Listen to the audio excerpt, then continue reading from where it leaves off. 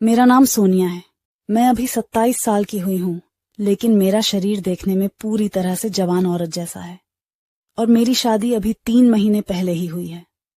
Height 5.5 feet से भी अधिक है और संतरों का साइज भी मस्त है। लेकिन अब ऐसा लगता है कि यह खूबसूरती अब मेरे किसी भी काम की नहीं है, क्योंकि मेरे पति की प्राइवेट जॉब दूसरे स्टेट में लगी हुई है। इसलिए वह शादी के बाद अभी तक घर नहीं आए हैं। मेरे ससुराल में मेरा 18 साल का देवर, मेरे ससुर जी और उनकी माँ रहती है। मेरी सासू माँ का 2 साल पहले देहांत हो गया था, इसीलिए मेरे पति मुझे अपने साथ नहीं ले गए, क्योंकि मुझे घर संभालना था। अब मेरी फीलिंग समझने वाला यहाँ पर कोई नहीं था। मेरा गर्म खून अंदर से उबल रहा था, जिसे कोई ठंडा करने वाला चाहिए था। लेकिन मेरे पति तो पिछले 3 महीने से अभी तक घर भी नहीं आए थे। इसीलिए अब मैं काफी बेचैन और प्यासी सी रहने लगी थी। तभी मेरी नजर मेरे देवर पर गई। हाइट उसकी मेरे से छोटी ही थी तथा शरीर भी मुझसे पतला ही था, मगर उसका घोड़ा उसके हिसाब से बहुत बड़ा था। मेरे देवर का नाम राहुल है तथा अब की बार उसने कॉलेज में प्राइवेट एडमिशन करवाया है। इसीलिए इन दिनों वह घर पर ही रहता है। घर पर मैं और मेरे देवर अकेले ही रहते हैं, क्योंकि मेरे ससुर जी की माँ बूढ़ी होने के कारण हमेशा अपने कमरे में आराम करती है तथा ससुर जी घर के बाहर वाले कमरे में रहते हैं। इसलिए वह कभी कभार ही अंदर आते हैं। पहले मैं अपने देवर को वैसी नजरों से नहीं देखती थी, लेकिन जिस दिन से मैंने राहुल के घोड़े को देखा, उस दिन से मेरी तो नजरें ही बदल गईं। उस दिन राहुल को लगा कि घर में कोई नहीं है, इसलिए वह अपने कमरे में वीडियो देखता हुआ घोड़े से खेल रहा था। तभी अचानक मेरा वहां से गुजरना हुआ और मेरी नजर खिड़की पर पड़ गई, क्योंकि अंदर से थोड़ी थोड़ी वीडियो की आवाज आ रही थी। जब मैंने खिड़की में से झांक कर देखा तो मेरे तो होश ही उड़ गए। पिछले 3 महीनों में मैंने पहली बार घोड़े के दर्शन किए थे। घोड़ा खड़ा था तथा राहुल उसे अपने हाथों से धीरे धीरे फैला रहा था। यह देखकर मेरा तो वहीं पानी छूट गया। बस उसी दिन से राहुल के घोड़े की सवारी करने को जी मचलने लगा। उस दिन मैंने अपने पति को भी फोन किया कि अब आप आ जाइए, मुझसे अब और नहीं रहा जा रहा। कब तक मैं ऐसे अकेली ही तड़पती रहूंगी, मेरा भी मन करता है। आखिर मैं भी तो एक औरत ही हूं। तभी मेरे पति ने मुझसे माफी मांगते हुए कहा कि देखो सोनाली, मैं तुम्हारी बेचैनी समझ सकता हूं, लेकिन मुझे अगले 2 महीने कोई भी छुट्टी नहीं मिलेगी, क्योंकि कंपनी ने कुछ नए प्रोजेक्ट शुरू किए हैं, जिसकी वजह से सभी कर्मचारियों को डबल शिफ्ट में काम करना पड़ रहा है। इसीलिए अगले 2 महीने छुट्टी मिलना तो नामुमकिन है। बस 2 महीने और इंतजार कर लो सोनू, फिर तो मैं ले लेकर तुम्हारा बुरा हाल कर दूंगा। ऐसा कहकर मुस्कुराते हुए उन्होंने फोन काट दिया। जैसे तैसे करके सुबह हो गई। सुबह मैंने सभी के लिए चाय नाश्ता बनाया और राहुल के लिए स्पेशल कमरे में लेकर चली गई। जैसे ही मैं राहुल के कमरे में गई तो मैंने देखा कि राहुल अभी तक सो रहा था और सोने की वजह से घोड़ा एकदम सीधा खड़ा था। उसे देखकर मुझसे बिल्कुल भी रहा नहीं गया और मैंने उसे छू लिया। घोड़े को छोड़ते ही मेरे शरीर में करंट सा दौड़ गया, लेकिन तभी मैंने देखा कि राहुल जग गया है और वह मेरी तरफ ही देख रहा है। इसके बाद मैं जल्दी से पीछे हटी और बोली कि देवर जी, अब उठ भी जाओ, सुबह हो गई है। इसके बाद राहुल ने मुझे गुड मॉर्निंग कहा और मुंह धोने चला गया। मैं भी वहीं बैठ गई और सोचने लगी, शायद राहुल ने नहीं देखा होगा। इसके बाद राहुल वापस अपने कमरे में आ गया और हम दोनों देवर भाभी आपस में बातें करते हुए नाश्ता करने लगे। तभी मैंने पेट दर्द का बहाना बना लिया और जोर जोर से कराहने लगी। राहुल हड़बड़ाकर पूछने लगा कि क्या हुआ भाभी, आप इतनी तकलीफ में क्यों लग रही हो। तभी मैंने राहुल से कहा कि राहुल, पता नहीं क्यों आज सुबह से ही रुक रुक कर मेरा पेट दर्द कर रहा है। तभी राहुल बोला, ठहरो भाभी, मैं आपके लिए पेट दर्द वाली गोली लेकर आता हूं। मैंने जानबूझकर पेट दर्द का बहाना बनाया था ताकि मैं राहुल को अपने आगोश में ले सकूं। तभी मैंने उसे रोकते हुए कहा कि राहुल, पेट दर्द वाली गोली तो मैं कब की ले चुकी हूं, हो सके तो थोड़ी देर तुम मेरा पेट दबा दो। राहुल पहले तो थोड़ा सा हिचकिचाया, लेकिन मेरे दर्द को देखकर वह बेड पर बैठा और पेट दबाने लगा। उसे समय मुझे बहुत अच्छा महसूस हो रहा था। राहुल की नजरें भी इधर उधर जा रही थी। तभी घर में ससुर जी के आने की आवाज सुनाई दी तो मैं राहुल को कहा कि चलो ठीक है राहुल, मैं खाना पकाती हूँ, आज तुम्हारे पिताजी को बाजार जाना है। इसके बाद मैं रसोई घर में चली गई तथा खाना बना दिया और ससुर जी तथा बूढ़ी सास को परोस दिया। मैं रसोई में राहुल के लिए रोटियां बना रही थी, तभी पीछे से राहुल रसोई में आ रहा था। मैंने उसे देखकर पहले से ही अपना पल्लू नीचे डाल दिया। जब राहुल की नजर मुझ पर पड़ी तो वह मुझे देखता ही रह गया, क्योंकि मैं पूरी पसीने में भीगी हुई थी। राहुल को देखने का नाटक करते हुए मैंने नीचे झुकते हुए अपने पल्लू को उठाया तो राहुल को स्वर्ग के दर्शन भी करा दिए। तभी राहुल बोला, भाभी अगर आप कहो तो मैं आपको पंखे से हवा दे दूं। तभी मैं राहुल की टांग खींचते हुए कहा कि आपकी भाभी इतनी परेशान है और आप अभी तक बातें ही बना रहे हैं। इसके बाद राहुल वहीं मेरे पास बैठकर पंखे से हवा झेलने लगा। तब तक मेरे ससुर जी बाजार जा चुके थे। मैं खड़ी खड़ी रोटियां बना रही थी तो मैंने जानबूझकर अपना पल्लू फिर से नीचे गिरा दिया और राहुल से बोली कि आज इसकी पिन नहीं मिली, इसलिए बार बार गिर रहा है, तुम जरा इसे सही करना। तभी राहुल बोला कि नहीं भाभी, मुझसे नहीं होगा, आप खुद कर लीजिए। तभी मैं बोली कि अरे मेरे हाथ आटे में है, इसीलिए कह रही हूं, नहीं तो मैं खुद कर लेती पागल। इसके बाद राहुल पल्लू ठीक करने लगा। पल्लू ठीक करते वक्त उसने अपनी नजरें ऊपर तक नहीं उठाई। राहुल बड़ा ही शरीफ लड़का था, इसीलिए कभी कभी तो मैं सोचती कि शायद मैं उसके साथ गलत कर रही हूं, लेकिन मेरे अंदर की भावनाएं इतनी तेज थीं कि मुझे कुछ सही गलत का पता नहीं लग रहा था। आज ससुर जी भी बाजार गए हुए थे तथा दोपहर में सासू मां भी गोलियां लेकर सो जाती है, इसीलिए घर पर मेरे और मेरे देवर के अलावा कोई नहीं था। इसलिए आज मैंने मन में पक्का कर लिया था कि आज तो मैं राहुल के घोड़े की सवारी करके ही रहूंगी। लेकिन राहुल अभी भी मुझे वैसी नजरों से नहीं देख रहा था। आज सारा दिन मैं राहुल के आगे पीछे घूमती रही तथा उसे फंसाने की कोशिश करती रही, लेकिन राहुल का मन बस ऊपर नीचे होकर रह जाता। वह मुझसे ऐसी वैसी बातें करने से भी शर्माता था। शाम को हम दोनों बैठकर खाना खा रहे थे, तभी राहुल ने मुझे आखिरकार कह ही दिया कि भाभी, लगता है आजकल आपकी तबीयत थोड़ी सी ठीक नहीं है, इसीलिए आप कुछ दिन भैया के पास शहर ही चली जाइए, यहां पर मैं सब संभाल लूंगा।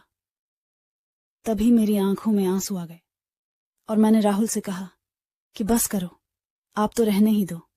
मैं पिछले 2-3 महीने से कितना परेशान हूं, किसी को नहीं पता, ना तुम्हारे भैया को फिक्र है और ना ही तुम्हें। मुझे रोता देख राहुल मेरे आंसू पोंछने लगा।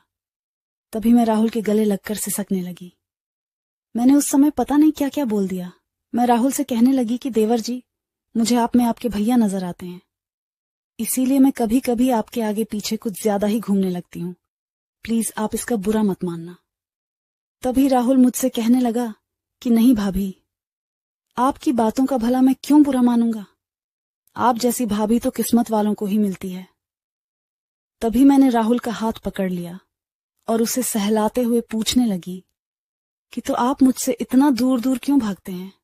क्या मैं आपको अच्छी नहीं लगती, या मैं आपकी गर्लफ्रेंड जितनी सुंदर नहीं हूं?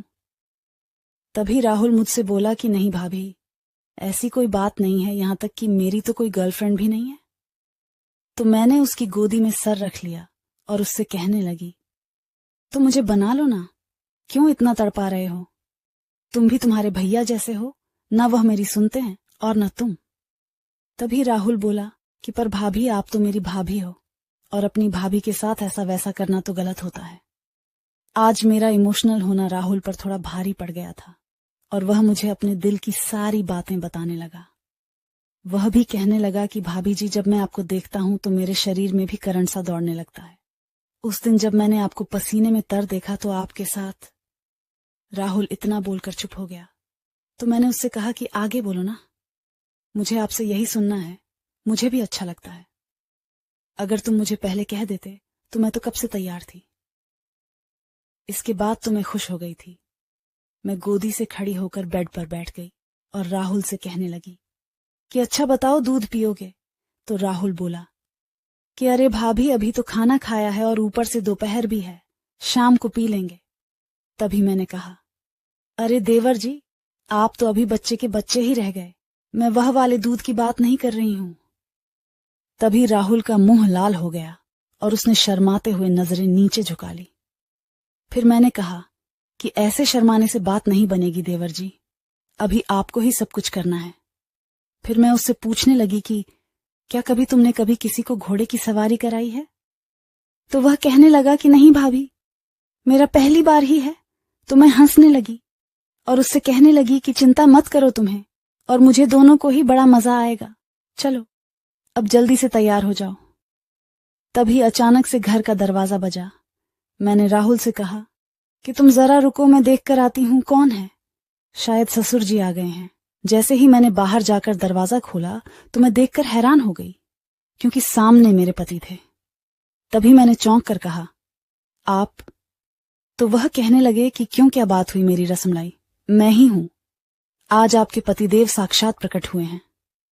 पंकज ने मुझे दरवाजे से ही गोदी में उठा लिया और कहने लगे कि चलो आज तुम्हें दिन में तारे दिखाता हूं। आज से पूरे 3 दिन तक मैं तुम्हें सांस भी नहीं लेने दूंगा।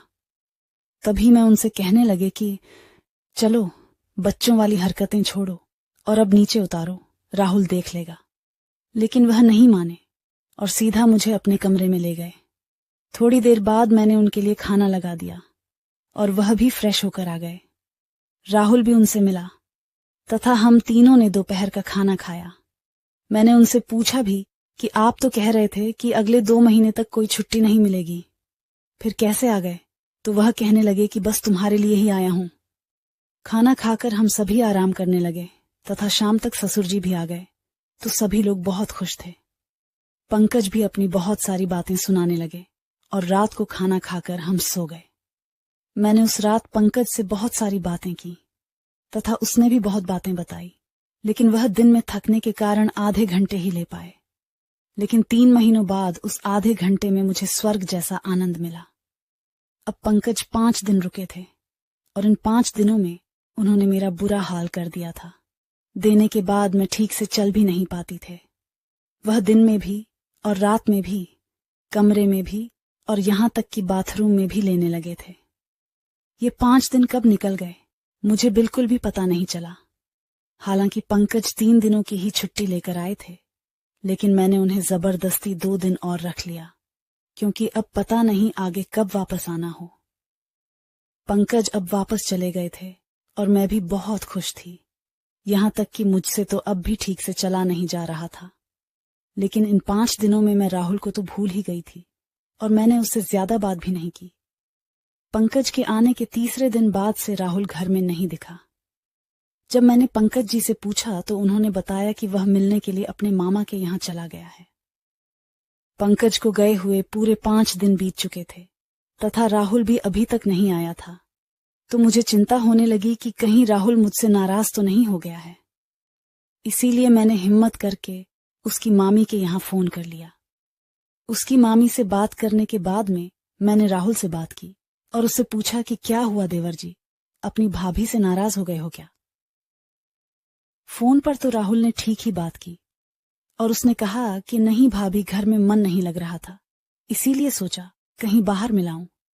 फिर मैंने पूछा कि तो अब घर कब तक आओगे? तो राहुल ने कहा कि बस कल या परसों तक आ जाऊंगा। इतना कहने के बाद मैं उसे कहा कि नहीं, तुम्हें कल ही आना है, अब सामान पैक कर लो और कल आ जाना। पहले तो राहुल नहीं माना, लेकिन मैं जिद करके आखिर में उसे मना ही लिया।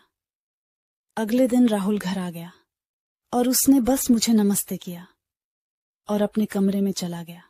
दोपहर तक कुछ नहीं बोला और खाना खाकर सो गया। फिर मुझे पता चल चुका था कि राहुल मुझसे नाराज है। उसे मनाने के लिए दोपहर में मैंने उसकी पसंद का सूजी का हलवा बनाया और उसके कमरे में देने को चली गई। मैंने नहाकर लाल रंग की साड़ी पहनी और उसे खुश करने के लिए थोड़ा सा हार सिंगार भी कर लिया। मैं गई तो वह बेड पर सोकर फोन देख रहा था और मुझे देखकर बैठ गया। मैं उसके पास जाकर बैठ गई तथा अपने हाथों से उसे हलवा खिलाने लगी। तभी राहुल बोला कि मत करो भाभी, मुझे भूख नहीं है, टेबल पर रख दो, मैं बाद में खा लूंगा। मुझे पता था कि राहुल मुझसे नाराज है, इसीलिए मैंने उसका हाथ पकड़ा और उससे रिक्वेस्ट करने लगी कि अब मान भी जाओ देवर जी, और कितना सताओगे अपनी भाभी को। अब उस दिन तुम्हारे भैया आ गए तो इसमें मेरा क्या कसूर है? मुझे भी नहीं पता था कि वह आ जाएंगे। तभी राहुल बोला कि नहीं भाभी, वह बात नहीं है। मैंने आपसे पहले भी कहा था कि यह सब गलत है। इस तरह से तो हम भैया को धोखा दे रहे हैं। तभी मैंने कहा कि लो, तुम तो अभी तक वही पुरानी घिसी पिटी बातों को लेकर बैठे हो। मैंने सोचा तुम मेरे लिए नाराज हो। मैंने तुम्हें पहले भी तो कहा है कि तुम मुझे उतने ही पसंद हो जितने तुम्हारे भैया। इसमें धोखे वाली बात कहां से आ गई? मैं कौन सा तुम्हारे भैया को छोड़कर जा रही हूं? बस इसी बहाने हमारा भी मन लगा रहेगा और तुम्हारे भैया की याद भी नहीं आएगी। अब अगर भाभी अपने देवर से मजाक नहीं करेगी तो और किससे करेगी? चलो छोड़ो देवर जी, अगर तुम्हें अच्छा नहीं लग रहा है तो फिर रहने दो। मेरी जिंदगी तो बेरंग है ही।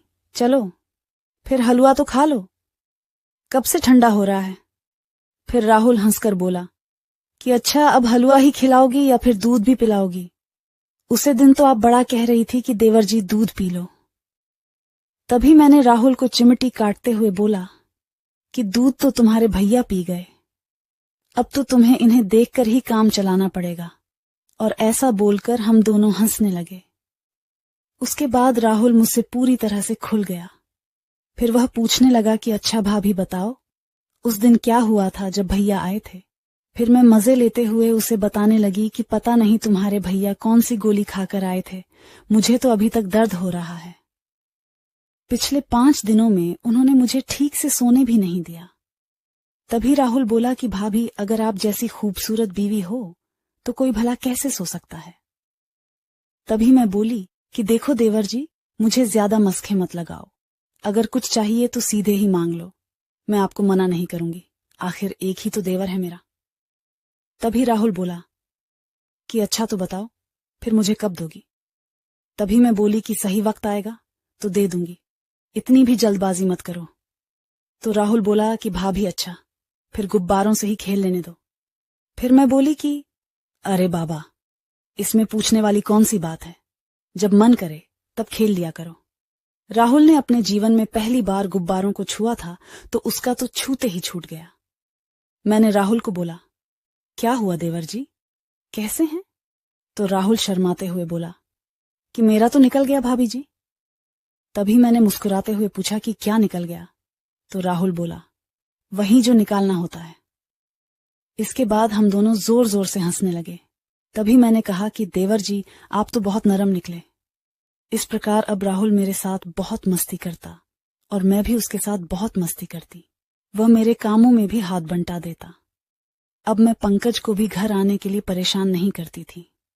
मैं और राहुल दिन में खूब मस्ती करते और इसके बारे में मैं पंकज को भी बताती तो वह भी खुश होता कि चलो, अच्छा है तुम्हारा मन लगा हुआ है। राहुल को दूध पीना बहुत अच्छा लगता था।